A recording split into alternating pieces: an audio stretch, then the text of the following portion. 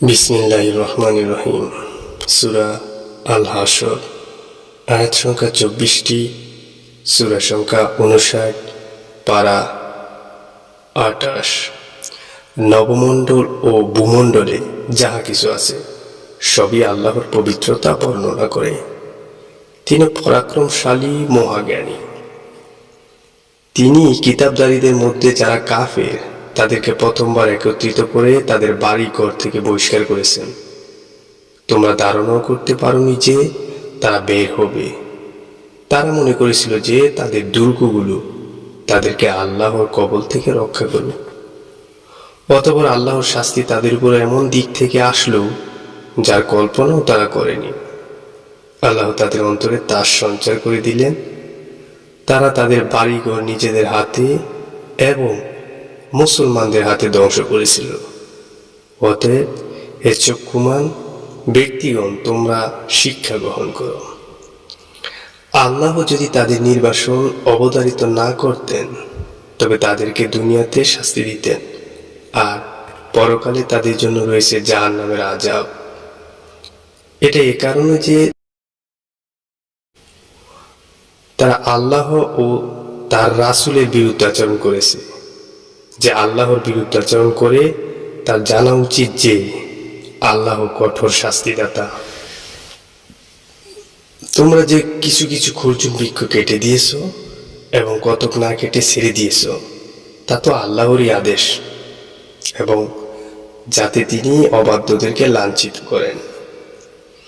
আল্লাহ বনু জায়েরের কাছ থেকে তার রাসূলকে যে ধন সম্পদ দিয়েছেন, তোর জন্য তোমরা ঘোড়ায় কিংবা উঠে চড়ে যুদ্ধ করনি, কিন্তু আল্লাহ যার উপর ইচ্ছা তার রাসূলগণকে প্রাধান্য দান করেন।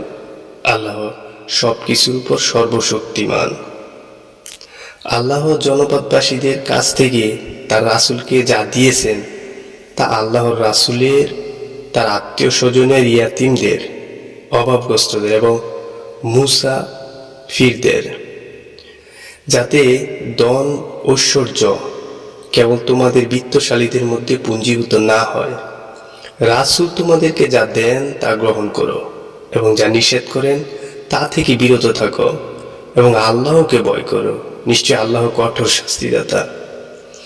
এই ধন সম্পদ দেশ থেকে নিঃস্বদের জন্য, যারা আল্লাহর অনুগ্রহ ও সন্তুষ্টি লাভের অন্বেষণে এবং আল্লাহ তার রাসূলের সাহায্যার্থে নিজেদের বস্তুবিটা ও ধন সম্পদ থেকে বহিষ্কৃত হয়েছে, তারাই সত্যবাদী। যারা মুহাজিরদের আগমনের পূর্বে মদিনায় বসবাস করেছিলেন এবং বিশ্বাস স্থাপন করেছিল, তারা মুহাজিরদের ভালোবাসে। মুহাজিরদেরকে যা দেওয়া হয়েছে তোর জন্য তার অন্তরে ঈর্ষা পোষণ করো না, এবং নিজেরা অভাবগ্রস্ত হলেও তাদেরকে অগ্রাধিকার দান করে। যারা মনে কার্পণ্য থেকে মুক্ত, তারাই সফলকাম। আর এই সম্পদ তাদের জন্য যারা তাদের পরে আগমন করেছে। তারা বলে, হে আমাদের পালনকর্তা, আমাদেরকে এবং ঈমানে আগ্রহী আমাদের ভ্রাতাগণকে ক্ষমা করো, এবং ঈমানদারদের বিরুদ্ধে আমাদের অন্তরে কোনো বিদ্বেষ রেখো না। হে আমাদের পালনকর্তা, আপনি দয়ালু, পরম করুণাময়। আপনি কি মুনাফিকদের দেখেননি? তারা তাদের কিতাবধারী কাফের ভাইদেরকে বলে, তোমরা যদি বহিষ্কৃত হও তবে আমরা অবশ্যই তোমাদের সাথে দেশ থেকে বের হয়ে যাব, এবং তাদের ব্যাপারে আমরা কখনো কারো কথা মানব না। আর যদি তোমরা আক্রান্ত হও তবে আমরা অবশ্যই তোমাদেরকে সাহায্য করব। আল্লাহ তাআলা সাক্ষ্য দেন যে ওরা নিশ্চয়ই মিথ্যাবাদী।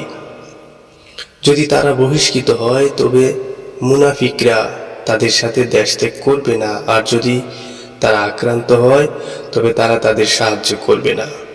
যদি তাদেরকে সাহায্য করে তবে অবশ্যই পৃষ্ঠ প্রদর্শন করে পলায়ন করবে, এরপর কাফেররা কোনো সাহায্য পাবে না। নিশ্চয় তোমরা তাদের অন্তরে আল্লাহ তাআলার অপেক্ষা অধিকতর ভয়াবহ। এটা এ কারণে যে তারা এক নির্বোধ সম্প্রদায়। তারা সংঘবদ্ধভাবেও তাদের বিরুদ্ধে যুদ্ধ করতে পারবে না। তারা যুদ্ধ করবে কেবল সুরক্ষিত জনপদে অথবা দুর্গ প্রাচীরের আড়াল থেকে। তাদের পারস্পরিক যুদ্ধই প্রচণ্ড হয়ে থাকে। আপনি তাদেরকে ঐক্যবদ্ধ মনে করেন, কিন্তু তাদের অন্তর সততা বিচ্ছিন্ন। এটা এই কারণে যে তারা এক কাণ্ডজ্ঞানহীন সম্প্রদায়। তারা সেই লোকদের মতো যারা তাদের নিকট অতীতে নিজেদের কর্মে শাস্তি ভোগ করেছে। তাদের জন্য রয়েছে যন্ত্রণাদায়ক শাস্তি। তারা শয়তানের মতো, যে মানুষকে কাফের হতে বলে, অতঃপর যখন সে কাফের হয় তখন শয়তান বলে, তোমার সাথে আমার কোনো সম্পর্ক নেই, আমি বিশ্ব পালনকর্তা আল্লাহ তাআলাকে ভয় করি।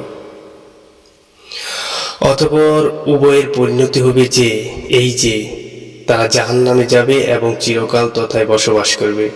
এটাই জালিমদের শাস্তি। মুমিনগণ, তোমরা আল্লাহ তাআলাকে ভয় করো। প্রত্যেক ব্যক্তির উচিত আগামীকালের জন্য সে কি প্রেরণ করে তা চিন্তা করা। আল্লাহ তাআলাকে ভয় করতে থাকো, তোমরা যা করো আল্লাহ তাআলা সে সম্পর্কে খবর রাখেন। তোমরা তাদের মতো হইও না যারা আল্লাহ তাআলাকে ভুলে গেছে, বলে আল্লাহ তাআলা তাদেরকে আত্মবিস্মৃত করে দিয়েছেন, তারাই অবাধ্য। জাহান্নামের অধিবাসী এবং জান্নাতের অধিবাসী সমান হতে পারে না। যারা জান্নাতের অধিবাসী তারাই সফলকাম। যদি আমি এই কোরআন পাহাড়ের উপর অবতীর্ণ করতাম, তবে তুমি দেখতে যে পাহাড় বিনীত হয়ে আল্লাহ তাআলার ভয় বিদীর্ণ হয়ে গেছে। আমি এসব দৃষ্টান্ত মানুষের জন্য বর্ণনা করি যাতে তারা চিন্তা ভাবনা করে, তিনি আল্লাহ তাআলা, তিনি ব্যতীত কোনো উপাস্য নেই। তিনি দৃশ্য ও অদৃশ্যকে জানেন। তিনি পরম দয়ালু, অসীম দাতা। তিনি আল্লাহ, তিনি ব্যতীত কোনো উপাস্য নেই। তিনি একমাত্র মালিক, পবিত্র, শান্তি ও নিরাপত্তাদাতা, আশ্রয়দাতা, পরাক্রান্ত, প্রতাপান্বিত, মহাত্মশীল। তারা যাকে অংশীদার করে আল্লাহ তাআলা তা থেকে পবিত্র। তিনি আল্লাহ তাআলা স্রষ্টা, উদ্ভাবক, রূপদাতা। উত্তম নামসমূহ তারই। নবমণ্ডলে ও ভূমণ্ডলে যাহা কিছু আছে সবই তার পবিত্রতা ঘোষণা করে। তিনি পরাক্রান্ত, প্রজ্ঞাময়।